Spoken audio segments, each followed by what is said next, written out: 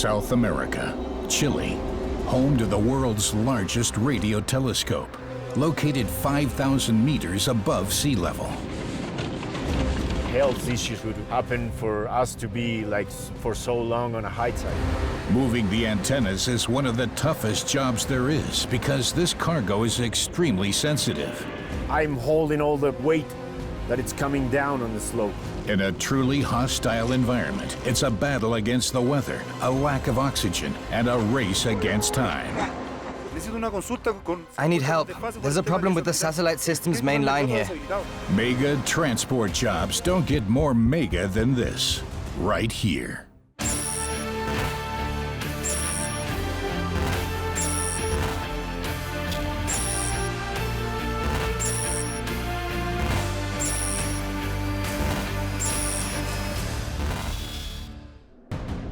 The Atacama Desert in the Andes Mountains of Chile, one of the driest places on Earth, located on Chacnantor Plateau.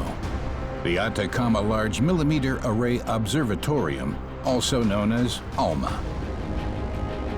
When connected, these antennas form the largest and most powerful telescope in the world. Astronomers use it to research the basic elements of the stars, foreign galaxies, even the origins of life itself. Because air pollution is almost non-existent and the air here is very thin, Alma can see an incredible 10 billion light years to the edge of the observable universe. But every time the telescope sets its sights on a new target, one still unknown to humankind, an entire team is needed. The starting point for this mega transport job, Alma Base Camp, way down at the foot of the Andes. Alfredo Alvarez is starting his shift, ready to do a job that sounds simple but involves complex calculations and precision engineering, moving the antennas. But before Alfredo can get started, he has to undergo a medical check. Good morning. Can I come in? The working environment at an altitude of 5,000 meters is extreme. Every day, heart rates and oxygen levels determine the risk and decide who is allowed to go up. Good. Everything fine. Is everything okay? Yes, no problem. Perfect. Thank you. If you have a health issue, you could maybe have a heart attack or maybe breathing issues or stroke that could affect your brain. And when we are doing the maneuver of doing a relocation of the antenna, it's very important to be very aware of what's going on so you don't make any mistakes. UV exposure at this altitude is also very high. Sunblock is a must, factor 50 plus, and it's a good idea to keep reapplying it. Every member of the team needs their own oxygen tank.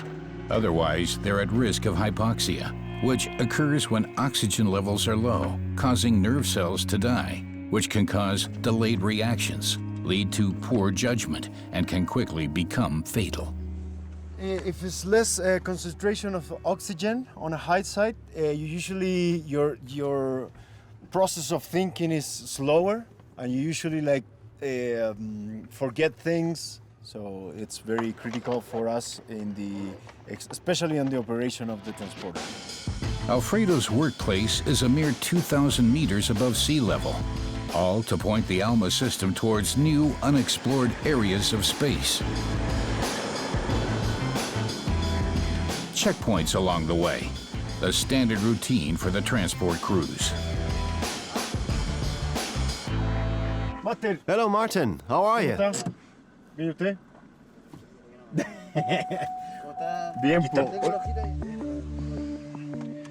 Got your oxygen with you? Sí. Yes, right here.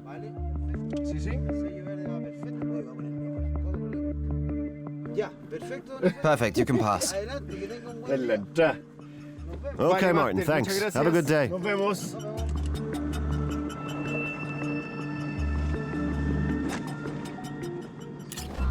Alma Base Camp, The Operations Support Facility is located 2,900 meters above sea level. It takes Alfredo 45 minutes to travel the 30 kilometers to his destination, the Array Operations Site, located 5,000 meters above sea level. The 38-year-old has already completed over 100 normal antenna transport jobs. But for this job, one thing is causing him more concern than anything else: the weather. Yeah, well, you could see that it's getting cloudy, but we don't know what's gonna happen because on the high side, like, the storm could turn to anywhere or just like get on our head. But that's another issue. Like, they wanted to do the antenna relocation as fast as we can. The wind, it makes everything harder. It's difficult to be there.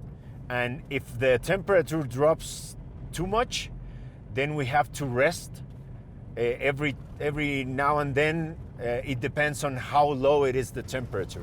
Excuse me. Attention control team, car 2 is entering zone 30, no incidents. Precipitation, wind speed, all of this can change in an instant in the Andes.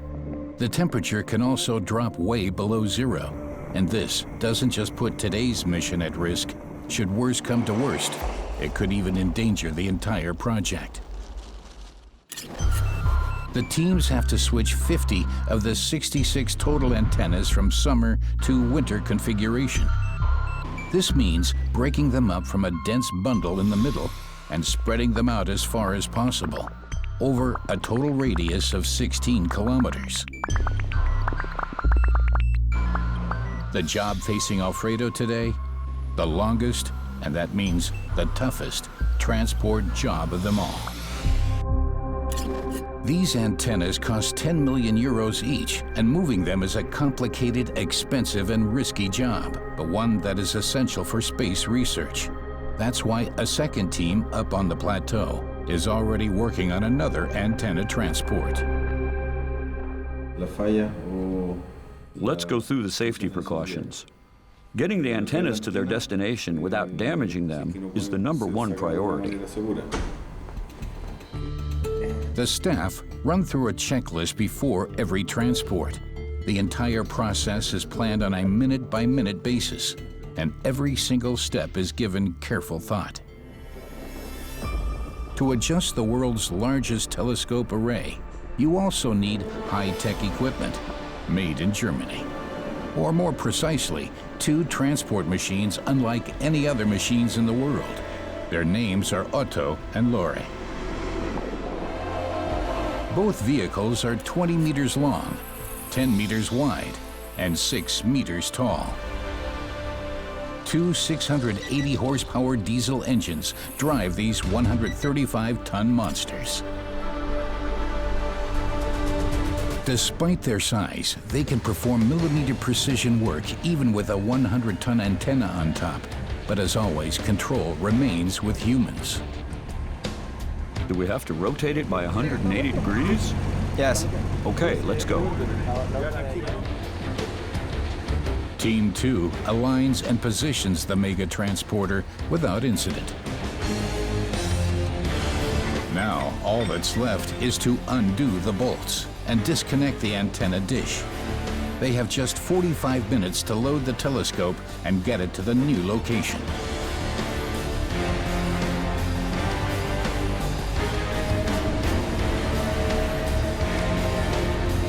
They managed to start their journey just in time.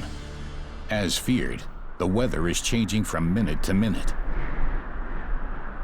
Strong wind is the mission's biggest enemy, especially for Alfredo.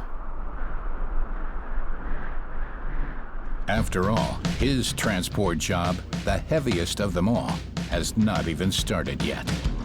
Now that he's reached the top, the first thing he wants to do, even before he meets the crew, is find his antenna.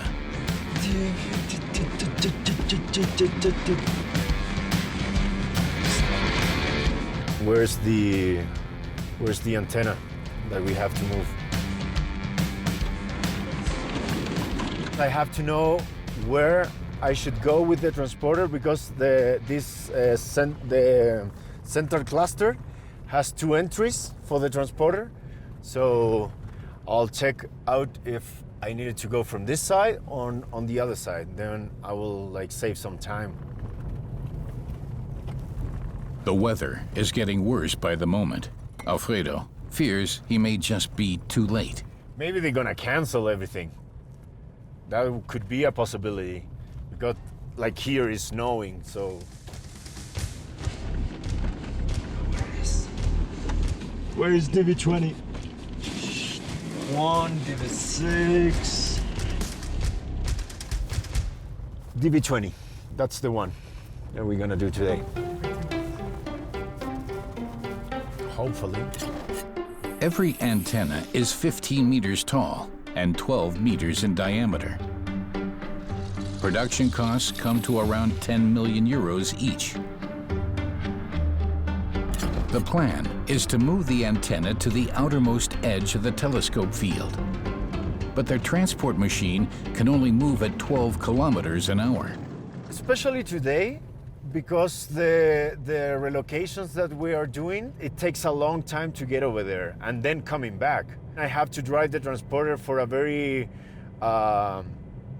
accidental road. That will means that we will be back at 7. That's our like time frame, like time limit in which we could be on the high side. If the crew fails to stick to the 8-hour time window, all subsequent damages are classified as personal risks, from just a headache to a life-threatening pulmonary edema. And notwithstanding all this, Alfredo also has to cope with temperature fluctuations from 20 degrees Celsius above zero to 20 degrees Celsius below zero.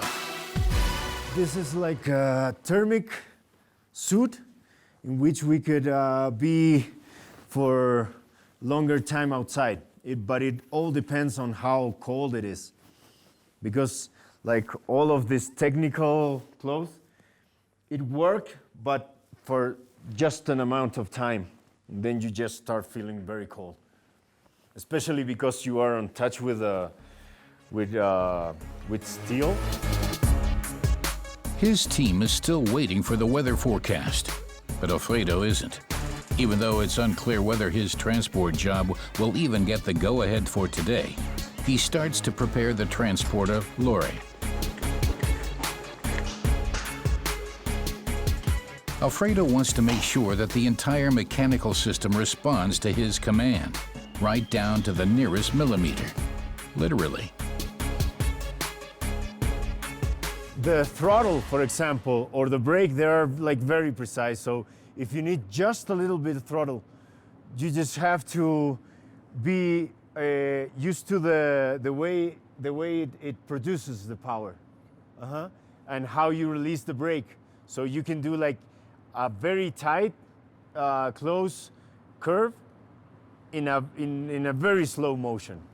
You just have to be like inches away from other antenna or another foundation, so it has to be very precise. It's not just the humans who have to battle the extreme conditions found at altitudes of over 5,000 meters. The machines struggle too. Low oxygen levels cause the two machines' horsepower to drop from 1,400 by around a third, which means they're working with a good 900 horsepower. Not ideal when there is a time pressure on the job.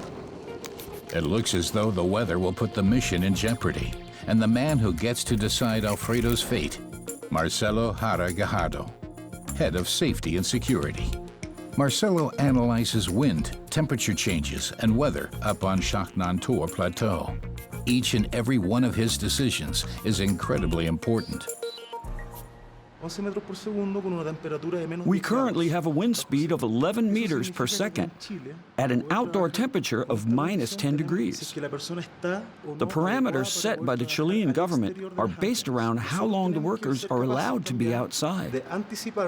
What's more, I have to consider the possible storms that can come in from the east, from Bolivia and Argentina at this time of year. Using all this data, I have to decide whether we can carry on working or, should worst come to worst, we have to evacuate the premises. Marcelo has an important decision to make, and he decides to cancel the most complicated antenna transport job of them all, at least for today. In such an inhospitable environment, the safety of Alfredo's team must be his main concern. We spend more time up here with each other than we do with our families. That's why there's a huge feeling of solidarity between the workers. Nobody wants anything to happen to anyone else. So, I've got a great deal of responsibility. My decisions alone determine how successful the observations are. Nevertheless, the safety of each and every worker takes priority over each project. It's a fine line between responsibility for your colleagues, maximum efficiency, and a schedule set by the stars. Despite the challenging weather conditions, Alfredo carries on, preparing for the transport, bringing the vehicle into its intended starting position.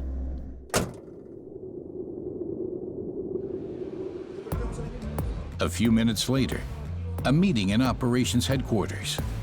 In order to reposition the world's most important satellite telescope on time, the director of the Special Commission, Manuel Acevedo Paez, calls a crisis meeting. One of the antennas has lost its power. If this problem lasts for more than 5 hours, it could result in serious damage to the electronics. The weather conditions mean that we have to cancel the antenna transport for the time being. The weather is too unstable to start. But because of a power cut, the bases to the outermost antennas are without power. This means we have to drive over with the transporter. In this case, we'll take Laura? Yes, with Laura. To feed power to the antennas and move them temporarily to a safe position. The mission is at risk of falling like a house of cards, even though Alfredo's team is taking it on. Due to the planned observation cycles, we currently have as many as 50 antennas being moved. That's why these days we're sending out 2 transporters and 2 teams a day. It's not a normal situation. However, the current weather conditions are not playing into our hands. If we don't manage the 2 transports planned for today, we might have to do 3 tomorrow to catch up. It's essential that we complete the 50 movements within our time frame so that we don't put the astronomers' plans at risk. If the storm damages the antennas, it won't just be the relocation that fails. The entire Alma project, as it stands, could be in jeopardy. I'm on channel 6 and confirm we're on our way. Ready. El camino.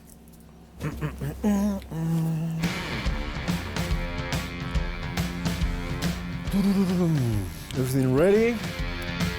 The new plan for today: connect the antenna to Lori's generator and then rotate it in the opposite direction of the wind. Rumbling through the Chilean desert in the special transporter is one of the things about Alfredo's job he finds the most fun. Well, I like it. I think it's fun. Yeah, it took me a while to get used to it. But yes, yeah, it's really fun. It's one of the things that I actually most enjoy about this kind of work. Yeah, it's nice to be here, up here in the mountains, especially because this is a very special place and it has like a energy to it. Right out front, team leader Manuel, guiding the convoy towards the antenna. Manuel has been working at Alma from the very beginning, a true Atacama veteran. And he's proud to be part of a team unlike any other in the world. The job of relocating the antennas high up in the Chilean mountain desert enables scientists to research undiscovered planets and even black holes. My job here as a mechanical engineer is very interesting because it is highly specialized. It's actually impossible to find such a unique job in the field of mechanics. I'm proud to be part of this project, especially because I was involved in installing the first antenna back in September 2009.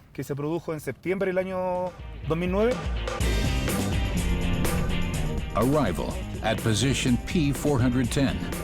The antenna has already been without power for 3 hours. There's not much time. The problem: the storm is threatening to hit the antenna at a speed of over 100 kilometers an hour. And in the worst-case scenario, it could damage the dish.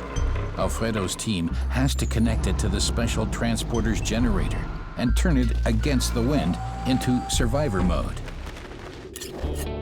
This mission is brand new territory for the team. Over the course of 10 years, they have never had an assignment like this before, and they only have 2 hours left. If they don't make it in that time, the antenna will break down completely. But even in a large array of telescopes, every single antenna is important. Send me a signal as soon as the power's up.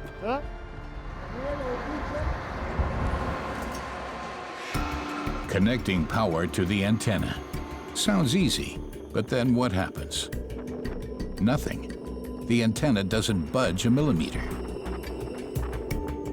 For some unknown reason, the power simply doesn't appear to be arriving at the antenna. The team starts by checking the cables. A little bit more. That's good. But still, no response. The next suspicion: a short circuit inside the antenna. The team checks the fuse box.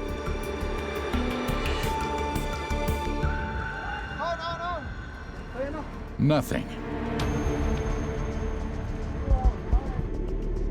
Team leader Manuel is at a loss and calls for help over his satellite phone.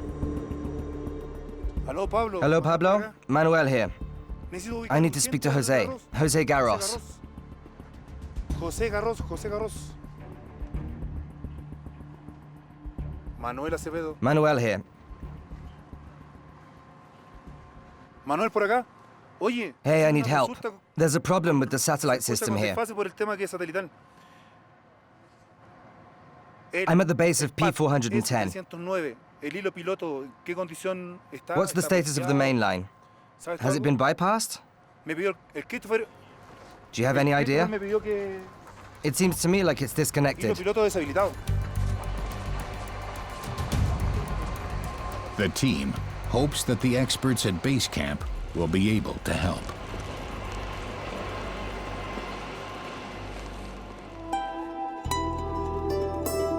A good 2,000 meters down the mountain, in the technology department, one man with a highly specialized skill set understands the Alma telescope's complex electronic systems better than anyone else. Pablo Aledano. As a radio frequency engineer, he is in charge of making sure each of these state-of-the-art individual antennas work. Hey, how's it going? Have you already taken photos for documentation? Alma is a joint project between the US, Europe, and East Asia. So the telescope array is made up of 3 different types of antennas, each with different components originating from different continents. A repair job that may sound simple at first is anything but. Since we are having very unique equipment or instruments, we need to be very careful, otherwise it's not as we can replace it as we wish. Remember that each one of the receivers costs like $300,000. So if you damage one, you have some spare, but suddenly you can run out of spares, and then we are done. Faulty components quickly become an absolute worst-case scenario, which is why an auxiliary team of technicians is on its way to assist Manuel, Alfredo, and the rest of the team. To record, then analyze the fault in detail and fix as much as possible without replacing any components. To their surprise, the antenna itself appears to be intact, so they start to check the connection to Lori's generator, piece by painstaking piece. Now it's just a part of checking that everything is correct. So what we have to do is check out the connections and see if it works.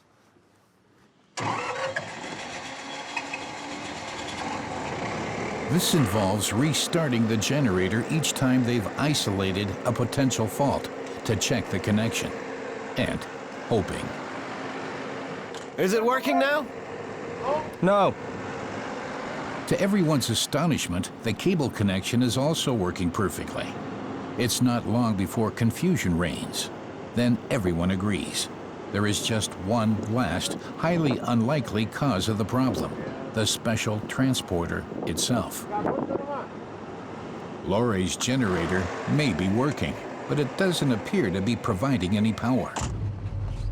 Alfredo knows the transporter's technology better than anyone, and he has an idea. He logs into the control software.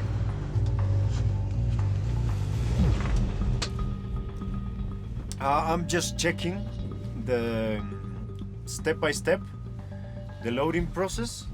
So if there's, like, this is a logical, they call it like a washing machine program, but there's no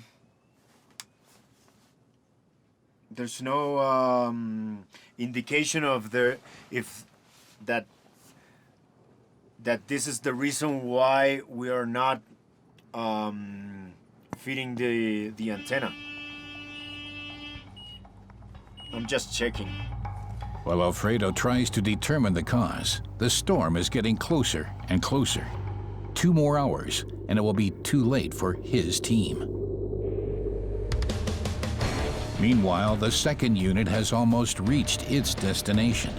Their special transporter plus antenna manages to complete the 700-meter route without any problems, and above all, on time. Unloading the 100-ton high-precision device into its new position and aligning it right down to the nearest millimeter runs like clockwork. For their part, it's mission accomplished.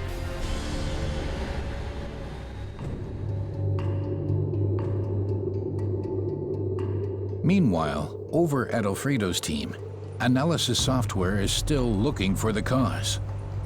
The minutes pass. And then finally, the system restarts.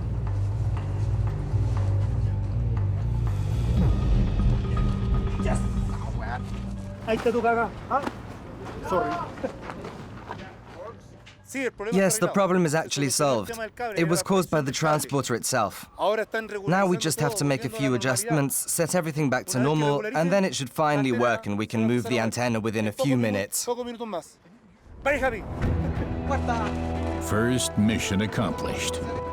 The relief is palpable.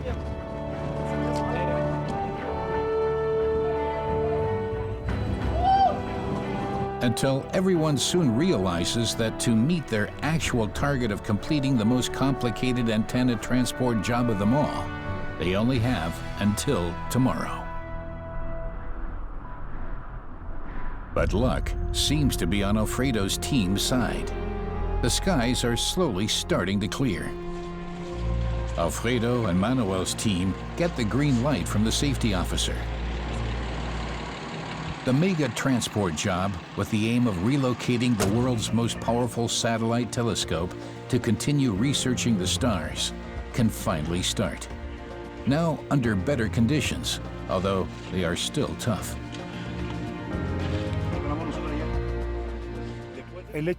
Working at high altitudes is complicated. It's still very cold and we mechanics can't wear enough warm clothes while we're working. Otherwise, we wouldn't be able to work properly. Actually, the climate at the moment, in May, is stable, so luckily we don't have any thunderstorms, which are very dangerous up here. 2 things that you definitely shouldn't underestimate are the altitude and the lack of oxygen. For our work, it's important to keep a clear head. Today, the team has to move antenna DA51. It is still in the middle of the central cluster. First of all, Manuel and Alfredo have to point the mirror up and then rotate the foot of the antenna into transport position. Then the transporter moves into position. Now the mechanics have to unscrew just 6 screws out of the ground. But these are 6 gigantic screws. Then it's time to disconnect the power lines and fiberglass cables. A built-in lift pulls the antenna up. Everything runs smoothly. It takes just one of their 8 hours. However, next up, Alfredo's team has to transport the 100-ton antenna across an 8-kilometer route through the desert. The longest distance and toughest route of them all. Their destination, position S309, is all the way at the outer edge of the area.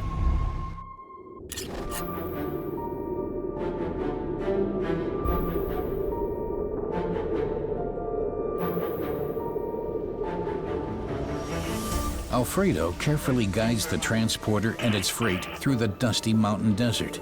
The entire weight is equivalent to a full Airbus A350, a whole 235 tons.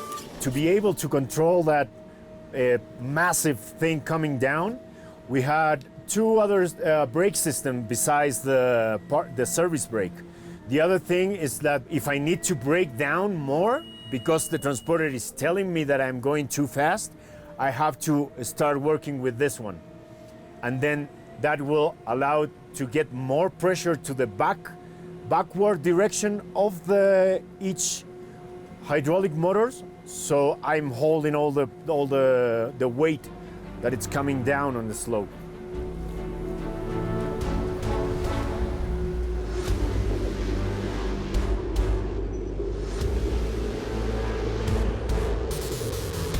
The top speed of this gigantic mass, a mere 12 kilometers per hour. Otherwise, the vehicle and its freight could lose control, particularly on the wide, unprotected plains.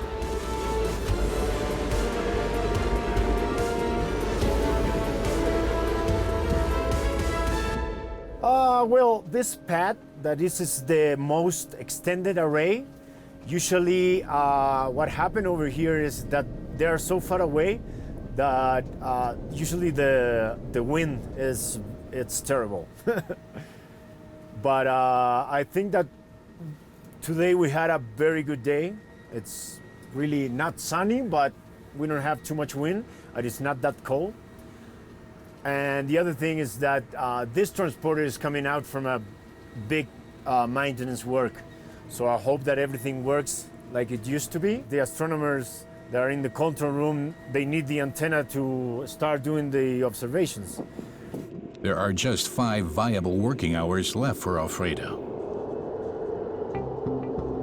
And the astronomers down in base camp. In the middle of the desert, at the foot of the Chilean Andes, they are hoping that today's mission will be a success. One of them is Celia Verdugo. She receives the data and information from all 66 antennas. Celia's job? Nothing less than researching the origins of the universe. If the transport were to fail, it would have far-reaching consequences for her and her project. Every antenna is essential for 2 main reasons. Why we have 66 antennas? To collect more light coming from the universe, meaning that we can observe very faint objects in the sky, and we can collect more sensitivity out of those objects, and also to obtain a better resolution on the images we are creating. The world's most powerful radio telescope array enables Celia and her colleagues to make new discoveries about our universe itself. I don't know if humbling, but it does make me even more curious of the universe we are living in. Every new result we get, every new image, every new paper that's published raises even more questions of what is the kind of the universe we are living in. There are many secrets still to be discovered. Of course, we always want to go further. We always want to break the new frontiers of knowledge and technical availabilities we have. And that's really motivating, actually. And yet, for research to continue on collapsed dwarf stars, black holes, and foreign galaxies, sometimes all that is needed is something very simple. One man with the skill to move one massive antenna. There are astronomers that are observing parts of the sky that really need a high resolution, and for that we need to move our antennas around to make the best out of our array, you see? So we couldn't do this without the transporters that we have and all the engineering team that takes care of the maintenance of the antennas.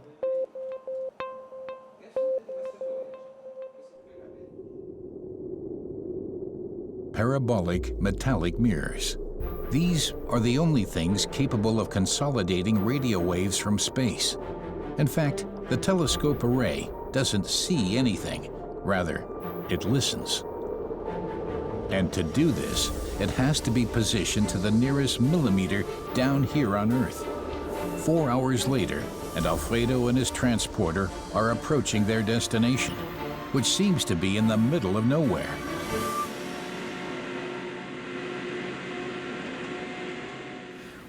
We arrive. So now, what we have to do is set the machine into the remote control mode. We have to change the batteries of the remote control, because if the remote control is off, then the whole thing is off. Moving the antenna to exactly the right position, impossible from behind the steering wheel. Yep, all good. Attention, this is Alfredo Elgueta. We're now installing the antenna. Okay, all right.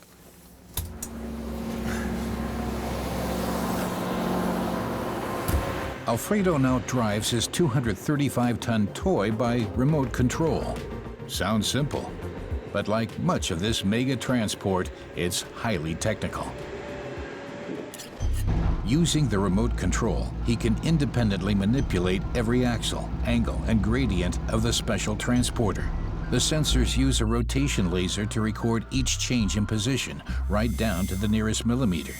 This is the only way to ensure the antenna can latch into the bracket anchored in the floor.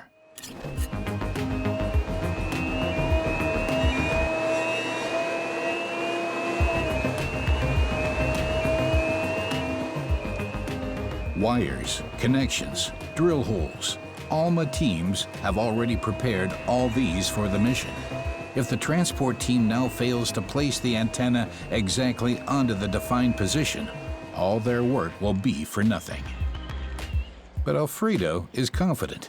That's because he has his own unique method for maneuvers like these. I'm marking the pad because we have to have some marks. So I will know where to put the transporter, because there's a very specific way to put the antenna, because the transporter has some room in which I can move around, but it has to be in some exact point. Otherwise, it won't fit. The line marks the spot where the transporter's tires have to come to a stop. Doesn't look much like millimeter precision.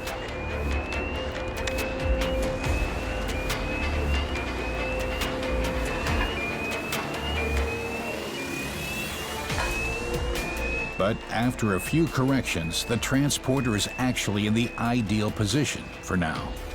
Alfredo now undertakes the necessary adjustments during unloading, using his remote control.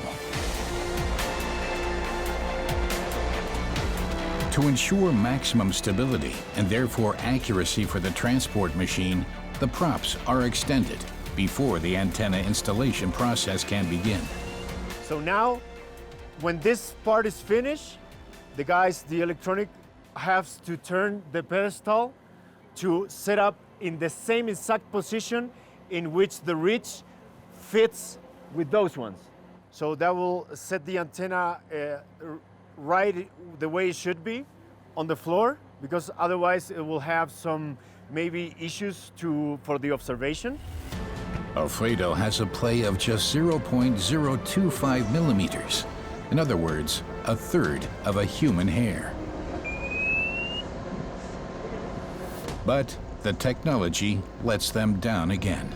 No, it could happen mistakes, and usually what happens with this antenna is the pedestal sometimes it doesn't rotate at the position that we need. Magic? No, we had to fix it with the guys. They know how to do it. Sounds simple, and yet For some reason, the machine has stopped adjusting. We have to push it a little bit further in this direction. See? Ah, it has to go there? Yes, okay. 1 second, I just have to move back a little here. the plan. Alfredo steers the antenna back up a bit, and then try again. Manuel is already installing the seal on the base, protecting it against moisture or dust. Both could cripple the antenna at any time. It works. Alfredo rotates the foot into position. A good half an hour before the team has to stop work, the mission seems to be successful. And yet... Hey, Alfredo! What's up? all of a sudden, the antenna has stopped moving completely. The transporter has encountered a fault. From one moment to the next, the antenna has lost power right at the final hurdle.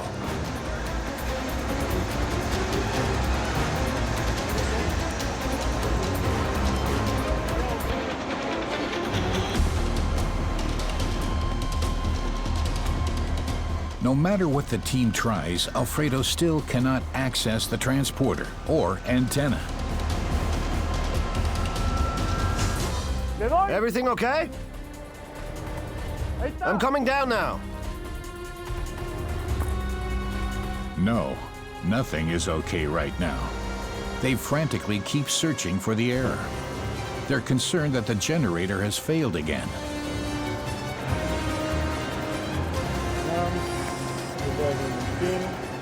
Everything okay with the flap? Yes, all closed, but there's still no connection.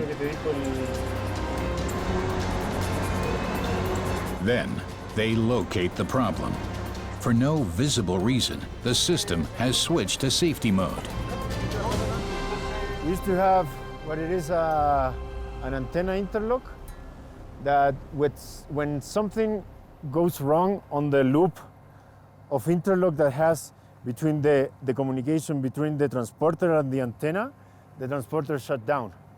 It's just a precaution. So we have to figure out what's wrong, and sometimes it's just nothing, and you have to reset the machine and start all over again. So that's what we're gonna do, and especially in this case because now we got a power shortcut, so we will not be able to energize the antenna. So it won't be a problem what it did happen. Now there is nothing left for Alfredo and his team to do, but to wait for the system to restart. And the astronomers at base camp are waiting too. A good 2,000 meters down the mountain, they are hoping that the repositioned antennas will soon tell them more about the birth of stars and our entire universe.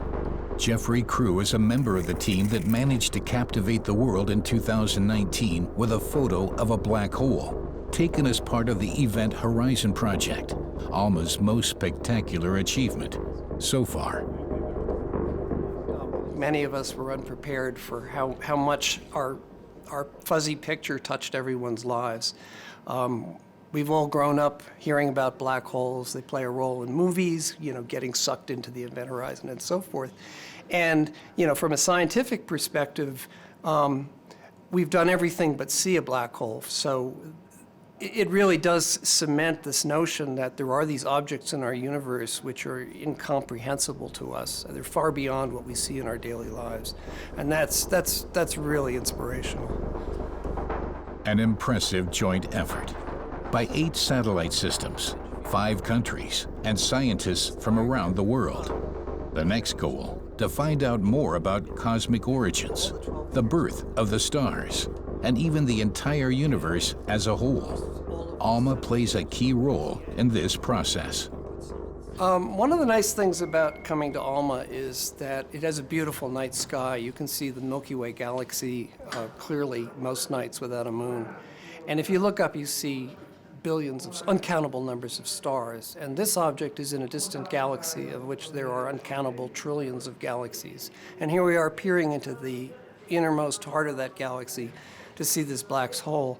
So yes, if you take it all in, you realize that you're a very small part of this very interesting universe, and it is quite humbling.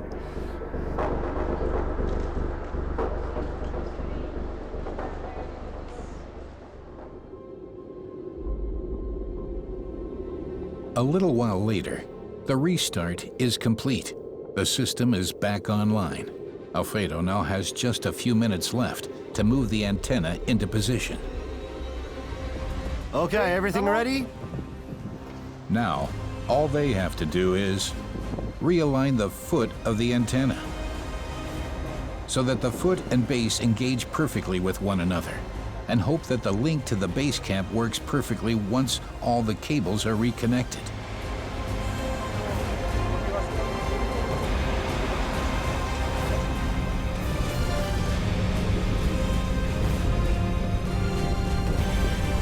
Ten very long minutes later, Alfredo anchors the antenna in its final position, and the connection has been made. Despite all the difficulties, their mission has been a complete success. Finished? Yes, we can switch off the generator. Okay, I'll do that. We're done as soon as the cable is disconnected.